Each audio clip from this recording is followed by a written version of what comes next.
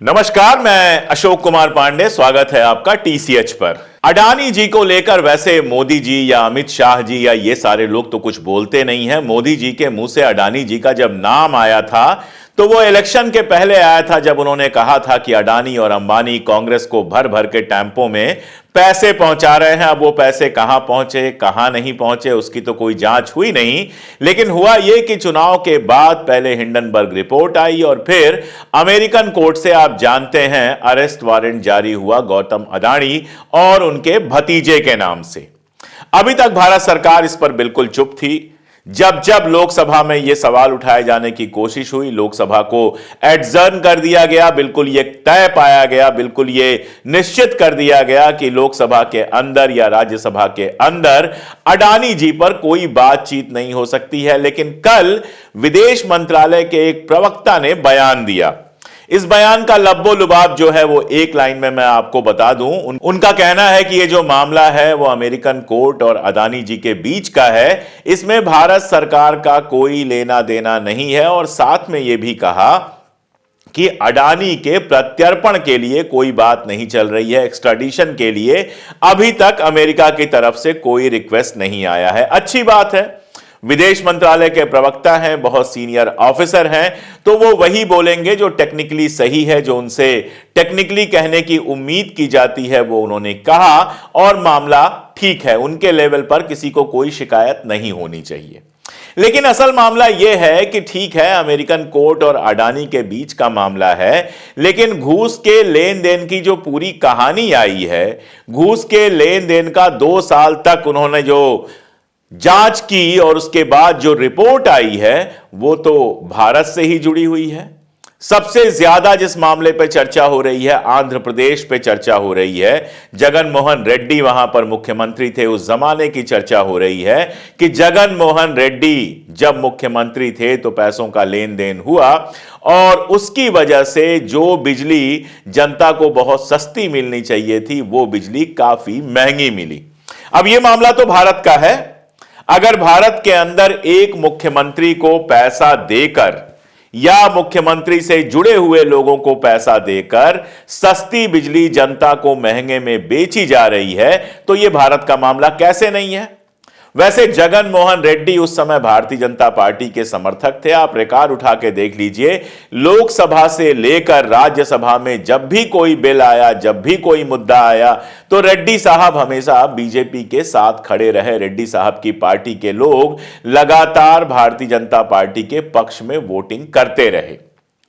अब इस चुनाव में मामला पलटा तो जगन मोहन रेड्डी किनारे कर दिए गए और नए जो दोस्त बने भारतीय जनता पार्टी के वो बने चंद्रबाबू नायडू। अब चंद्रबाबू नायडू को जरा देख लेते हैं। चंद्रबाबू नायडू की पार्टी से जुड़े एक व्यक्ति ने उस समय, जिस समय जगन थे वहां के मुख्यमंत्री, बाकायदा एक शिकायत की थी, लीगल शिकायत की थी कि महंगी बिजली जनता को बेची जा रही है जबकि बिजली का प्रोडक्शन कॉस्ट बहुत कम है। अब अगर यह सारा खेल हुआ है और इसी खेल से अमेरिका के कोर्ट का सारा मामला जुड़ा हुआ है तो भारत सरकार का यह मामला कैसे नहीं है?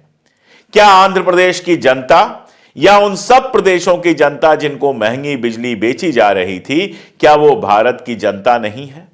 अगर वो भारत की जनता है, उनके साथ धोखा किया जा रहा था। मैं कह रहा हूं, कांग्रेस के अगर मुख्यमंत्री भी उनके साथ धोखा कर रहे थे तो दुनिया की कौन सी ऐसी ताकत है जो मोदी जी को और अमित शाह जी को रोक रही है उन मुख्यमंत्रियों के खिलाफ जांच करने में?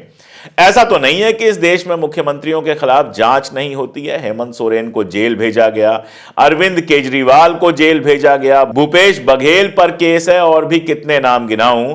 आपको विपक्ष के ऐसे मुख्यमंत्री बहुत कम मिलेंगे जिनके ऊपर कोई ना कोई केस ना किया गया हो। तो अगर दूसरे मामलों में उनके ऊपर केस किया जा सकता है तो अडानी जी के मामले में जो मामला ऐसा बताया जा रहा है कि अडानी जी ने बाकायदा घूस दी है अधिकारियों को, मंत्रियों को, ताकि वो उनको सैंक्शन कर सकें सौर ऊर्जा से जो बिजली पैदा होती है, सोलर एनर्जी से, उसको बेचने में, और उस पर अडानी जी हायर रेट पर बिजली बेचकर प्रॉफिट कमा सकें। ये मामला भारत सरकार का कैसे नहीं है? अब प्रॉब्लम सिर्फ इतनी है कि अगर मुख्यमंत्रियों के खिलाफ कोई केस होगा तो घूस लेने वाले के साथ साथ घूस देने वाले का भी नाम आना तय है। और भारत के कानून में घूस लेने वाले को सजा है तो घूस देने वाले को भी सजा है। घूस देना और घूस लेना दोनों हमारे यहां अपराध हैं, दोनों में जेलें हो सकती हैं। तो अब जगन रेड्डी को बचाना है या भूपेश बघेल को बचाना है या अशोक गहलोत को बचाना है या किसी और को बचाना है, पटनायक साहब को बचाना है या फिर असल में अडानी को बचाना है, इसलिए इस मामले की कोई जांच ही नहीं होगी। और यह अकेला मामला नहीं है, ऐसे कई सारे मामले हैं। अगर अमेरिका वाले मामले को थोड़ी देर के लिए भूल भी जाएं तो गुजरात का किस्सा मैं आपसे डिस्कस कर चुका हूं बहुत डिटेल में काफी पहले, जहां हाई क्वालिटी का प्राइस लिया गया था और सस्ती क्वालिटी का कोयला बेचा गया था, अडानी साहब ने किया था। और गुजरात की सरकार ने बाकायदा अडानी जी को पत्र लिखा था कि इतना पैसा आपने हमसे एक्स्ट्रा लिया है, वो पैसा हमको वापस कीजिए। अब अडानी साहब ने वापस किया नहीं किया ये सारा कुछ तो पता नहीं, इसकी तो कोई न्यूज आई नहीं। लेकिन मोदी जी और शाह साहब को बताना चाहिए कि यह भारत का मामला क्यों नहीं है। गुजरात भारत का हिस्सा है, गुजरात में डबल इंजन की सरकार है, और अगर गुजरात सरकार के साथ अडानी ने धोखा किया है तो उस पर कोई केस क्यों नहीं किया गया, इस सवाल का जवाब दिया जाना चाहिए। अब माधवी बुच वाला जो पूरा मामला है, सेबी का जो पूरा मामला है, उसको अगर 2 लाइन में समझना हो तो क्या कहेंगे? 2 लाइन में आरोप यह है कि सेबी की जो चेयरपर्सन है माधवी बुच जी, उनके हस्बैंड के फाइनेंशियल रिलेशन है अडानी साहब के साथ, और इसीलिए अडानी साहब के मामलों की जांच नहीं की गई। अब सेबी, माधवी बुच, अडानी, ये तीनों के तीनों भारतीय हैं। सेबी एक भारतीय संस्था है, अडानी एक भारतीय नागरिक है, माधवी बुच भी एक भारतीय नागरिक हैं। उनके खिलाफ पीएसी की जांच चल रही है, पीएसी ने उनको समन किया, लेकिन वो पीएसी के सामने हाजिर नहीं हुई। भारत सरकार को बताना चाहिए कि यह मसला भारत सरकार का है कि नहीं है, क्योंकि पीएसी जो है उसका गठन भी भारत सरकार ने ही किया है।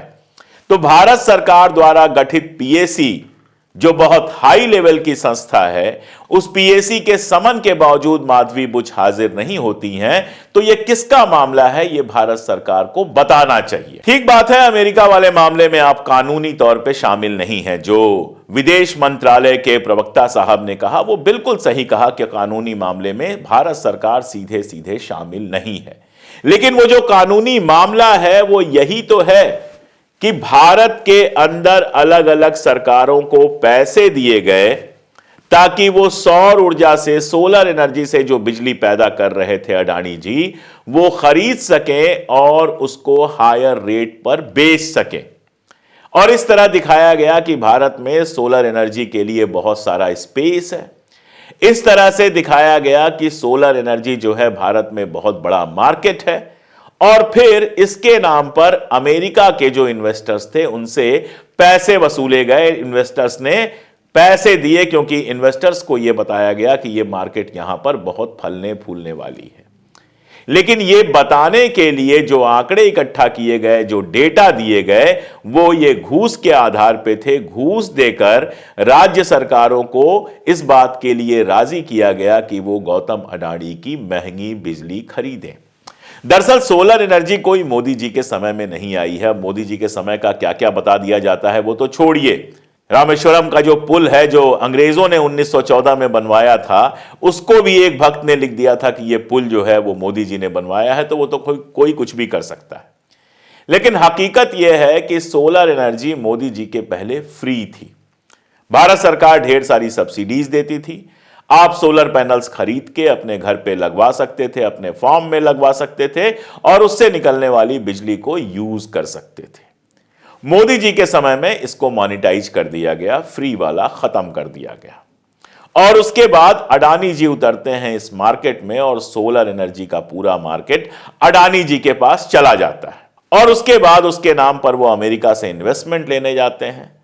और इन्वेस्टमेंट लेने के लिए जो उनको आंकड़े दिखाने थे, वो आंकड़े सब्जबाग तैयार करने के लिए भारत के कई राज्यों के मुख्यमंत्रियों को घूस देते हैं। यह पूरा आरोप है अमेरिका की कोर्ट का। यानी पैसा दिया जा रहा है भारत में, प्रभावित किया जा रहा है भारत की सरकारों को, जेब से किसकी जा रहा है, भारत की जनता के। तो कानूनी मसला हो या ना हो, मसला तो भारत का है।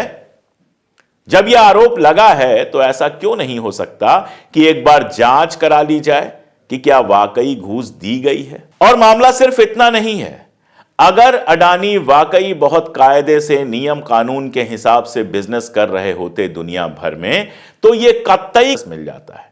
संयोग एक बार होता है, संयोग 2 बार होता है। अगर यह घटना 8 बार 10 बार दोहराई जाए तो वो संयोग नहीं रह जाती है, वो प्रयोग बन जाती है।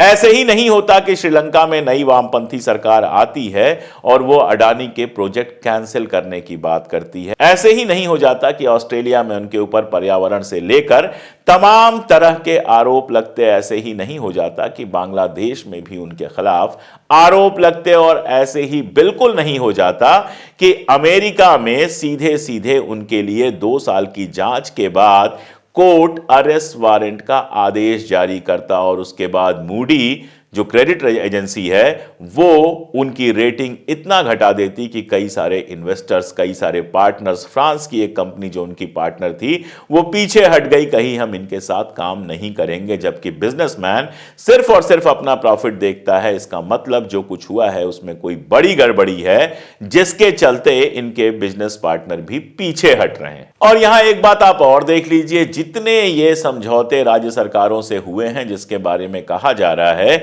कि घूस दिया गया है, इन सारे समझौतों को वेरीफाई करना होता है SECI को, solar energy corporation of India, जो भारत सरकार की एजेंसी है। यानी भारत सरकार की एजेंसी इन सारे मामलों में सीधे सीधे इन्वॉल्व होगी। SECI से क्लियरेंस हुए बिना सोलर एनर्जी का कोई काम नहीं हो सकता है। तो जाहिर सी बात है कि आप कानूनी मसले में फिलहाल भले ना उलझे हों, भले अमेरिका ने भारत सरकार के ऊपर कोई सवाल इस पर ना उठाया हो, लेकिन यह पूरा का पूरा जो खेल है वो भारत सरकार से जुड़ा हुआ है। हिंडनबर्ग की जो रिपोर्ट आई थी उसको देखिए, जिसको आउटराइटली इन लोगों ने रिजेक्ट कर दिया, कहा कि इसका कोई मतलब नहीं है, लेकिन उसको गौर से देखिए और उसको पढ़ने के बाद समझ में यह आता है कि भारत में शेयर मार्केट का जो बुलबुला खड़ा किया गया है वो बेहद खतरनाक है। और जिस दिन बुलबुला फूटेगा, कौन उसका निशाना बनेगा? एकदम आप जो सुन रहे हैं, मैं जो बोल रहा हूं, हमारे जैसे लोग जो शेयर मार्केट में, मैं तो खैर नहीं करता, मैं शेयर मार्केट में कोई इन्वेस्टमेंट जीवन में मैंने नहीं किया है, लेकिन जिन लोगों ने शेयर मार्केट में इन्वेस्टमेंट किया हुआ है, ये देख के कि बाजार चढ़ रहा है, जब बाजार गिरेगा तो उनके पॉकेट से ही पैसा जाएगा। इलेक्शन का टाइम याद कर लीजिए, मोदी जी और अमित शाह जी दोनों लोगों ने कह दिया कि शेयर मार्केट बढ़ने वाला है, हमारी सरकार इतने से आने वाली है। सारी की सारी सर्वे एजेंसियां 400 पार 300 पार कर रही थी, शेयर मार्केट खूब उठ गया, लोगों ने खूब सारा शेयर खरीदा। और उसके बाद जब असल में रिजल्ट आया और भारतीय जनता पार्टी को पूर्ण बहुमत का आंकड़ा भी नहीं मिला तो शेयर मार्केट धड़ाम से गिरा। और जब शेयर मार्केट धड़ाम से गिरा तो किसके पॉकेट से पैसा गया? ना अडानी जी के पॉकेट से पैसा गया और ना ही मोदी जी और शाह साहब के पॉकेट से पैसा गया। पैसा उनके पॉकेट से गया जो छोटे इन्वेस्टर्स हैं, जो शेयर खरीदते हैं, रेगुलर ट्रेडिंग करते हैं ताकि शेयर पर कुछ प्रॉफिट कमा सकें। वैसे भी इस देश की जो हालत है वो ये है कि RBI ने आंकड़ा जारी किया है 2019 के बाद अपने घर का सोना गिरवी रख के कर्ज लेने वालों की संख्या आसमान में पहुंच गई है। मोदी जी ने चुनाव से पहले कहा था कि वे आपका मंगलसूत्र छीन ले जाएंगे, लेकिन चुनाव के बाद का जो RBI का डेटा अभी आया है, जो चुनाव के बाद आया है, वो बता रहा है कि लोग मंगलसूत्र या सोने के गहने गिरवी रख रहे हैं और लगातार संख्या बढ़ रही है ऐसे लोगों की, लगातार उस सोने की वैल्यू बढ़ रही है, ज्यादा सोना रखा जा रहा है गिरवी, जो लोग बैंकों में रखकर पैसा लेते हैं। मार्केट में रोजगार नहीं है, यह बताने की जरूरत नहीं है। हमारी GDP लोवेस्ट लेवल पे जा रही है, यह भी बताने की जरूरत नहीं है, यह सब सरकारी आंकड़ा है। और इन सब के बीच आदमी सोचता है कि चलो शेयर मार्केट से थोड़ा पैसा कमा लें, तो अपनी जो उसकी बचत है या फिर जो छोटी मोटी उसकी सेविंग्स हैं, उन सेविंग से पैसा लगा के वो शेयर मार्केट में इन्वेस्ट करता है। अब अगर शेयर मार्केट का जो बुलबुला है वो हवाई है, अगर शेयर मार्केट को जबरदस्ती ऊंचा किया गया है माल प्रैक्टिसेस के चलते, तो सोचिए जिस दिन जब वो डूबेगा तो किसके पॉकेट से पैसा जाएगा? जैसा मैंने कहा, भारत की आम जनता के पॉकेट से पैसा जाएगा। फिर ये मामला भारत सरकार का क्यों नहीं है?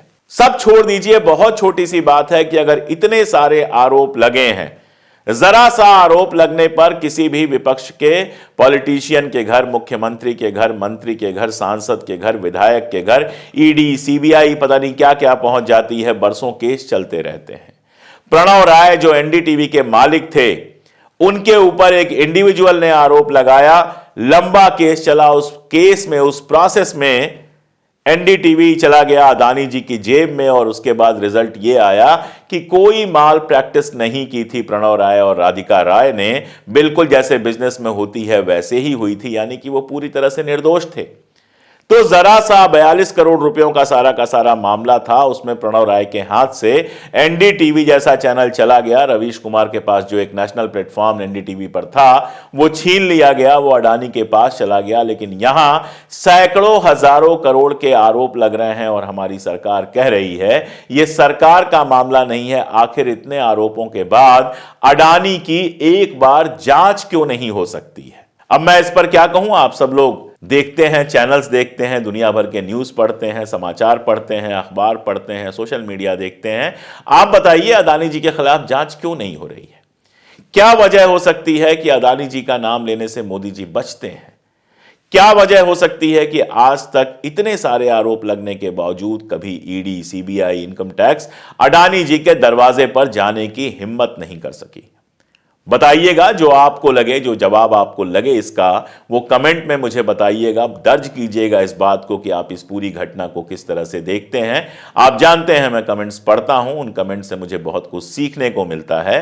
तो आप बताइएगा मुझे, आप लोगों में अगर कोई शेयर मार्केट का एक्सपर्ट हो, आप लोगों में कोई अगर इकोनॉमिक्स का एक्सपर्ट हो, तो मैं उससे खास तौर पर जानना चाहूंगा कि आखिर अडानी जी की कोई जांच क्यों नहीं होती है? आखिर अडानी जी की जांच करने से इस सरकार को क्या दिक्कत है? कल जयपुर में थे अडानी जी और वहां उन्होंने कहा कि हमारे ऊपर पहले भी बहुत संकट आए हैं, हम उबर गए हैं, इस संकट से भी उबर जाएंगे। बिल्कुल, अगर आप सही हैं तो उबर जाइए इससे, लेकिन इसके पहले जो संकट आए हैं उसमें हमने देखा है कि उबरने में उससे आपको अलग तरह की सरकारी मदद बहुत मिली है। हालत यह है कि आरटीआई लगती है कि अडानी जी को कितना लोन दिया गया है और उस आरटीआई का जवाब देने से सीईसी इंकार कर देता है, कहता है हम नहीं बता सकते कि अडानी जी ने कितना लोन लिया है, जबकि उन्होंने जो लोन लिया है बैंकों से वो हमारे और आपके पॉकेट से ही तो गया है। बैंक हमारे पैसे के कस्टोडियन है, बैंकों में हम अपना पैसा जमा करते हैं और बैंक इसके बदले गारंटी देता है, उसको सुरक्षित रखने का। पहले इंटरेस्ट भी देता था, अब इंटरेस्ट तो खैर मूंगफली के दानों जितना रह गया है, लेकिन कम से कम आदमी बैंक में पैसा रखता है तो उसको लगता है कि चलो सुरक्षित है।